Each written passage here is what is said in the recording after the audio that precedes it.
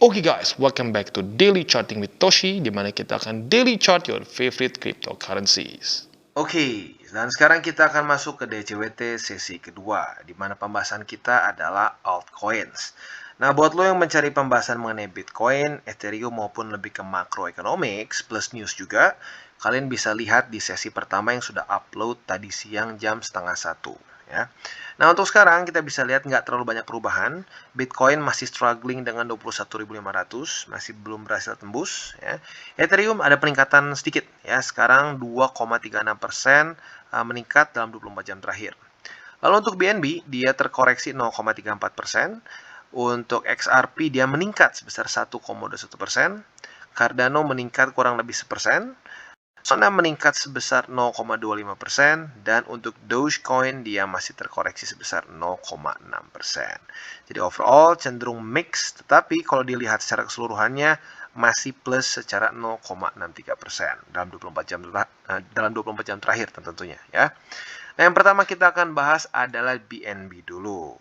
Nah, untuk BNB kita bisa lihat bahwa 2 hari ini pola candle-nya cukup mirip ya, sama-sama nyaris doji ya, terutama kemarin ya.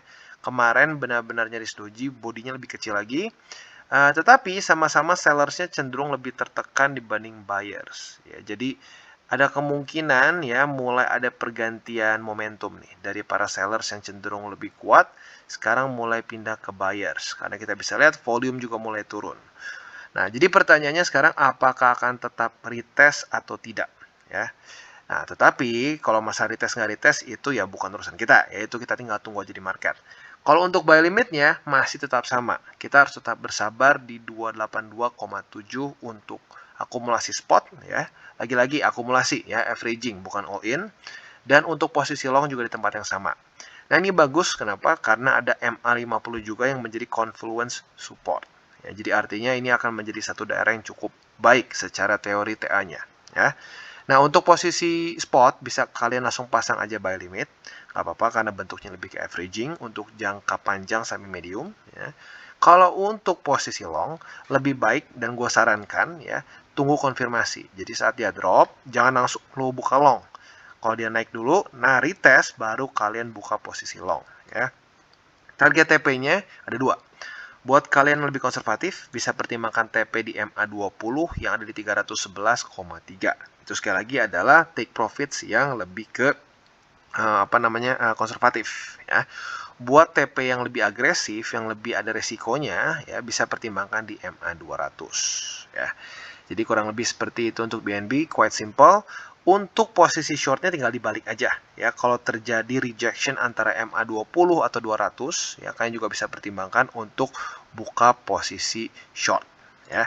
Nah, jadi kurang lebih seperti itu untuk BNB ya. Sebelum kita lanjut ke aset alt yang lain, ada pesan-pesan dulu dari sponsor kita pada hari ini. Oke, dan sebelum kita lanjut DCWT kita pada hari ini, ada berita bahagia dari Bitget, yaitu sponsor kita pada hari ini, di mana mereka sedang ada event Deposit to List. Kali ini proyeknya bernama Magic Craft ya. Nah, di sini kita bisa mendapatkan airdrop sebesar atau senilai 40.000 USD. Ya, tentunya semua dalam aset dari si Magic Craft ini yang bernama MCRT. Ini berlaku dari tanggal 19 Agustus sampai tanggal 24 Agustus. Ya, jadi masih ada waktu buat kalian yang ingin ikut. Ya. Dan caranya simple banget. Ya, kalian tinggal deposit saja tidak kurang dari $100 dalam bentuk MCRT. Dan kalian bisa menikmati bagian sebesar dari 40.000 USD dalam airdrop MCRT. Ya, jadi kurang lebih seperti itu. Buat lo yang belum punya akun di Bitget, jangan lupa bisa menggunakan link reflektif di bawah. Dan jangan lupa untuk bisa mulai trade di Bitget dari sekarang. Oke, dan selanjutnya kita geser ke Cosmos. Nah, untuk Cosmos kita bisa lihat bahwa kemarin dia dapat pump yang luar biasa besar ya. Ini berapa persen dalam sehari ini ya? Wow, ya sampai nyaris 10%, 9% something ya, quite big. Nah, di waktu bersamaan, buat kalian yang sudah dengerin DCWT dari kemarin, harusnya sudah dapat posisi untuk long ya tentunya. Untuk spot juga harusnya dapat di daerah MA50. Nah, jadi harusnya profitable sekarang. Nah, untuk posisi long kemarin kan kita bisa lihat sudah tembus 11,6 sen. Kemarin retest. Nah, harusnya sudah dapat posisi long. Kalau kalian sudah dapat posisi long di sini, TP-nya jelas antara di 20 atau di 12. Gue saranin 12 waktu itu. Ya, jadi harusnya udah kena TP juga. Congratulations, kurang lebih ya sekitar 10%-an ya profitnya. Jadi ya apalagi dengan leverage otomatis tambah besar lagi. Nah, jadi untuk posisi long seperti itu sudah kena TP. Sekarang yang mungkin kita bisa pertimbangkan adalah posisi short. Karena lagi-lagi 12,38 ini masih sepertinya menjadi resisten untuk Cosmos ya. Jadi buat kalian yang tertarik untuk buka posisi short, tinggal tunggu pada hari ini apakah dia akan daily close candle-nya bearish atau tidak. Kalau sudah bearish, tinggal tunggu konfirmasi ya. Jadi tunggu konfirmasi, dia retest lagi. Nah, buka posisi short di daerah sini ya. Jadi kurang lebih seperti itu untuk Cosmos. Tentunya kalau untuk short, TP-nya juga bisa pertimbangkan dua ya. MA20 untuk yang lebih konservatif ya. Untuk yang lebih agresif bisa pertimbangkan TP-nya di $11 lebih 6 sen ya. Jadi kurang lebih seperti itu untuk Cosmos. Secara struktur not bad ya, apalagi gara-gara kemarin nih ya. Gara-gara kemarin dia berhasil lagi reclaim. Sekarang strukturnya kembali quite good ya, dan bisa dibilang Atom ini salah satu yang secara strukturnya paling bertahan ya. Dia technically speaking masih belum membuat suatu lower low ya. Untuk BNB kemarin dia sedikit lower low di sini ya, tembus pada tanggal 19 Agustus. Sementara Atom lower low-nya itu kan kalau sampai tembus 9,88. Kemarin di sini waktu tanggal ya 20 Agustusan di sini aman. Ya, jadi lagi-lagi one of the best altcoin secara price action adalah sekarang Cosmos.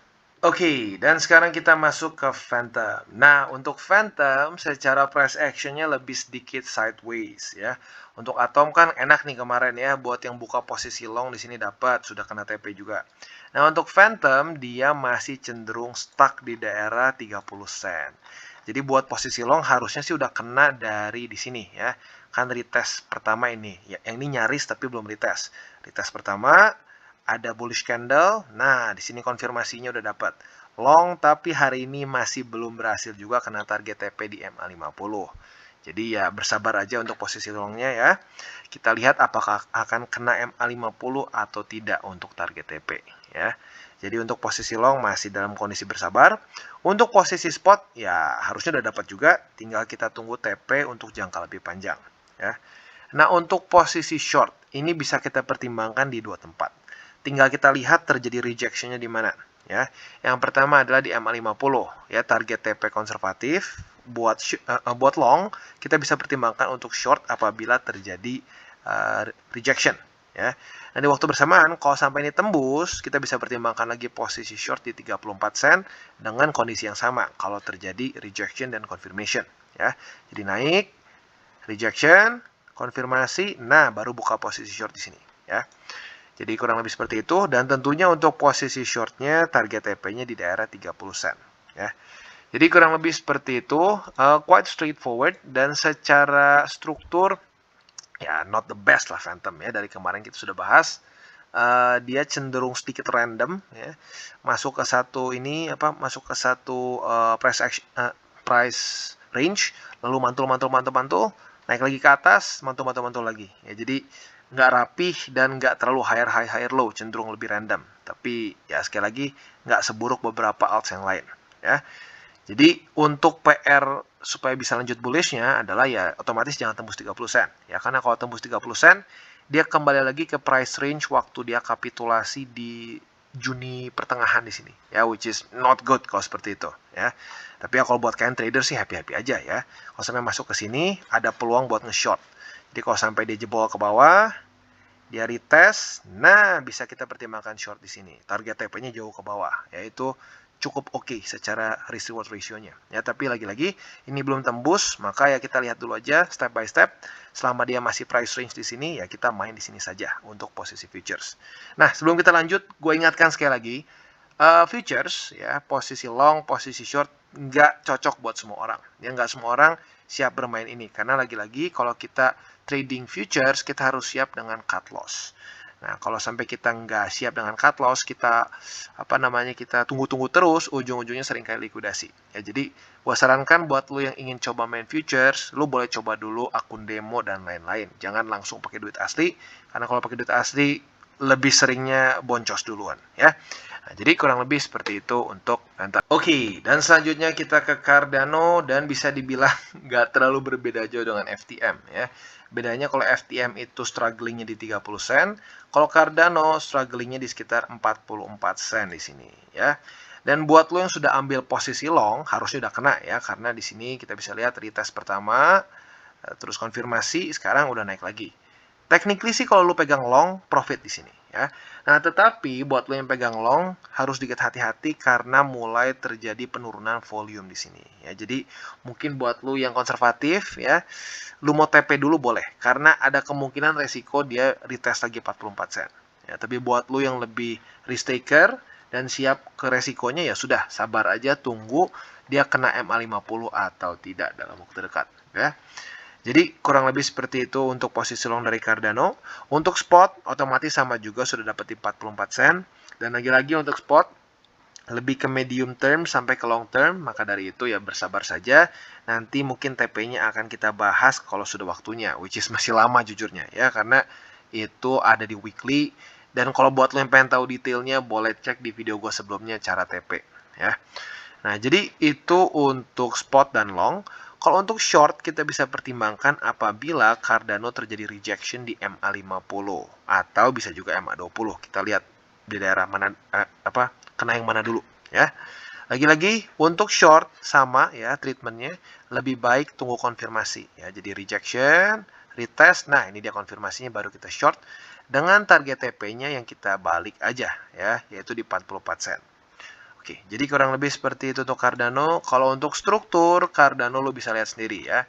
Ini salah satu struktur altcoins yang nggak bagus jujurnya ya. Nggak jelas ya. Sempat higher high, higher low, tapi hancur hanya dalam 3 hari. Ya walaupun jujurnya dalam 3 hari drop ini lebih karena kebantu juga fundamental Cardano yang memang lagi sedikit kacau ya.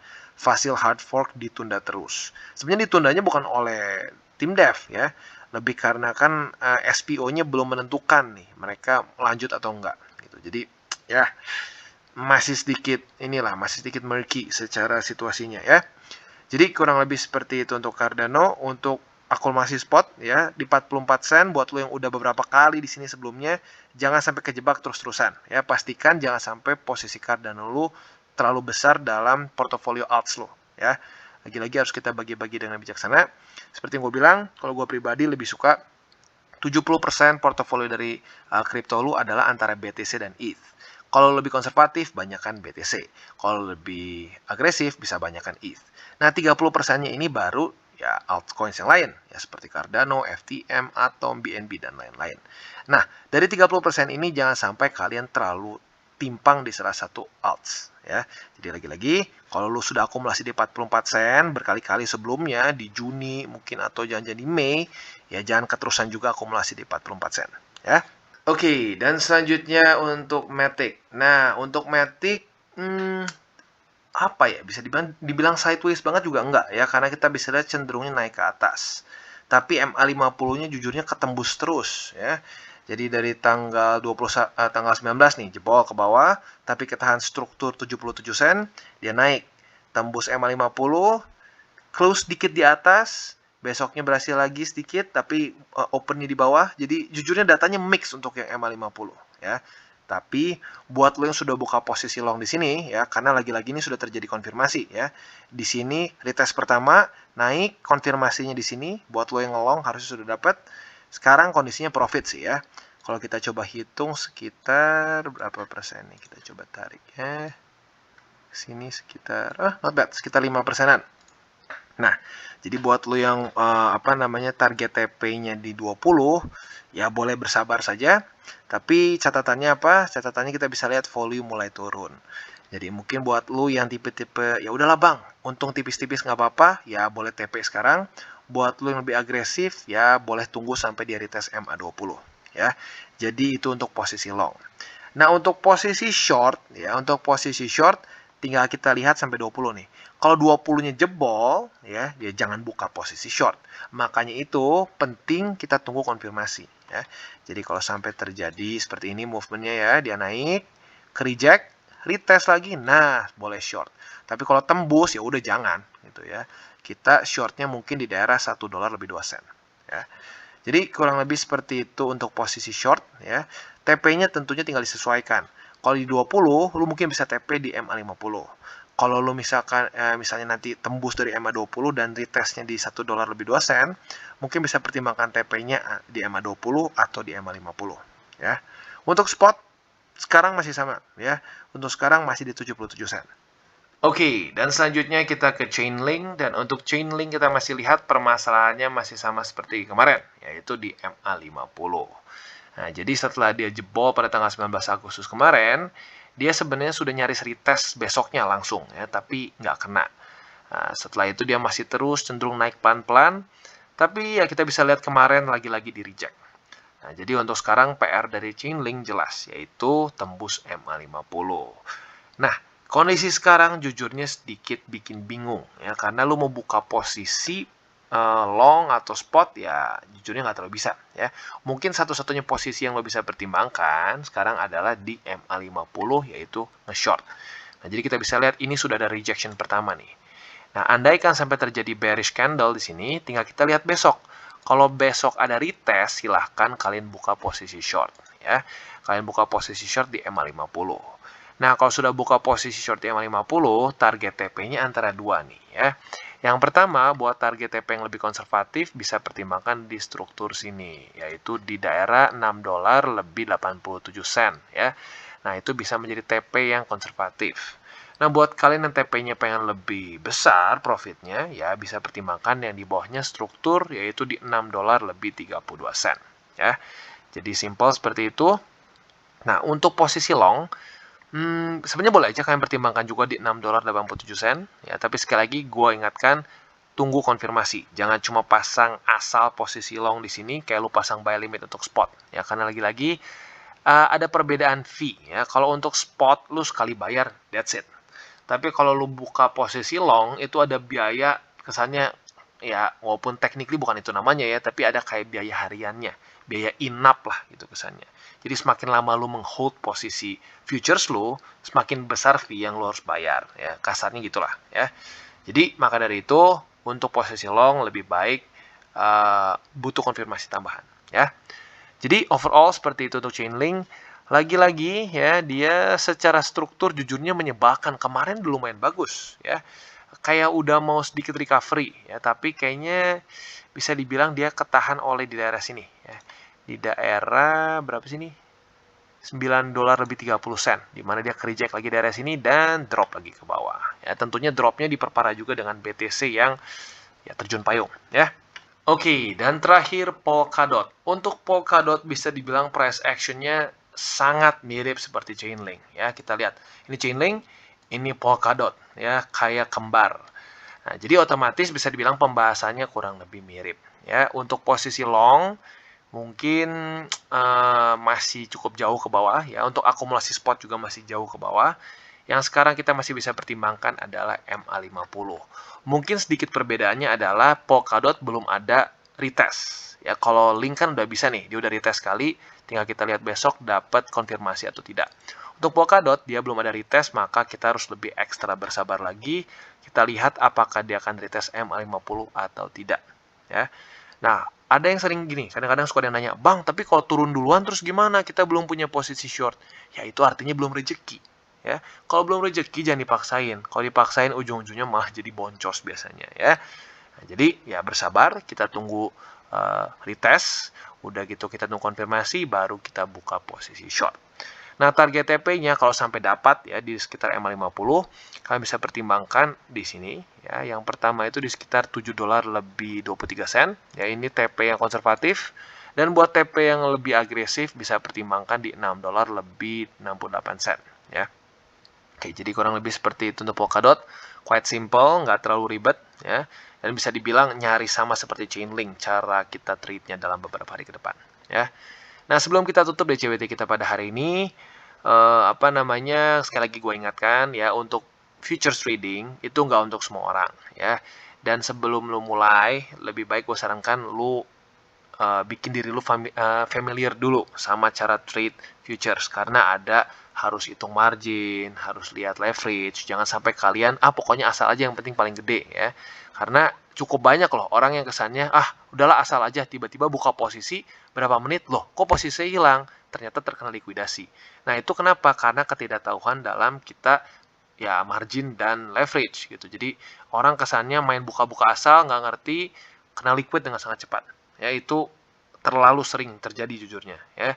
Nah, maka dari itu, please kalian pelajari dulu seperti apa cara trading futures, baru ikuti ya pembahasan kita di sini. Ya, kalau lu misalnya masih susah gitu ya dan ya udahlah gue pengen lebih ke jangka panjang, ya udah ikutin saja yang posisi spot ya. Jadi kurang lebih seperti itu untuk DCWT-nya. Dan ya ini masih cukup banyak yang nanya ya. Ini sorry kalau gue ngulang-ngulang. Jadi buat lu yang masih bingung kapan nih bull market, karena ini pertanyaan jujur sering banget lah orang nanya, kapan sih bull market lagi? Kapan sih bull market lagi? Ya kalau secara fundamentalnya kita harus lihat sampai Amerika Serikat mulai memberikan liquidity. Dengan cara apa? Dengan cara mereka nge-print lagi uang. Dengan cara mereka menstimulus lagi market mereka. Kalau sudah seperti itu, ya kalau sudah banyak liquidity di markets, nah disitulah risk on asset subur. Ya dalam kondisi risk off seperti sekarang, ya risk on asset ya melempem gitu ya. Lagi-lagi bukan cuma kripto ya, tapi saham-saham Amerika Serikat juga menderita. Kita lihat di sini semua ya, pada minus. Kita lihat ini Nasdaq, ini S&P, ini Dow Jones ya, mereka mulai koreksi semua. Nah, kenapa? Ternyata data-data inflasi di Eropa buruk ya. Ini tentunya mempengaruhi juga Amerika dan ya seperti inilah domino. Jadi kalau udah buruk di sini akan ketarik terus. Ya, jadi lagi-lagi secara fundamentalnya harapan kita adalah bisa secepat mungkin the Fed geser ya dari kebijakan mereka yang hawkish menjadi dovish dan mulai bisa menurunkan interest rate. Oke guys, jadi itu adalah akhir dari segmen DCWT kita pada hari ini. Dan jangan lupa bagi kalian yang merasakan manfaat dari segmen ini, jangan lupa untuk share ke teman-teman kalian. Dan apabila lu pengen mensupport channel kita, ya TCI, jangan lupa untuk menggunakan link referral kita di bawah. Nggak wajib, ya, tetapi apabila lu menggunakan link referral kita di bawah, ada macam-macam ya, dari Bybit, Huobi, Maxi, toko kripto, dan banyak lagi. Ya, walaupun nggak wajib, tapi kalau menggunakan link referral kita, lu secara langsung membantu perkembangan dari TCI. Dan satu lagi, jangan lupa juga untuk join Telegram group kita, di mana kita bisa ngobrol-ngobrol santai mengenai dunia cryptocurrency secara dua arah. So, jangan lupa untuk like, subscribe, klik the bell icon, and see you on the next video.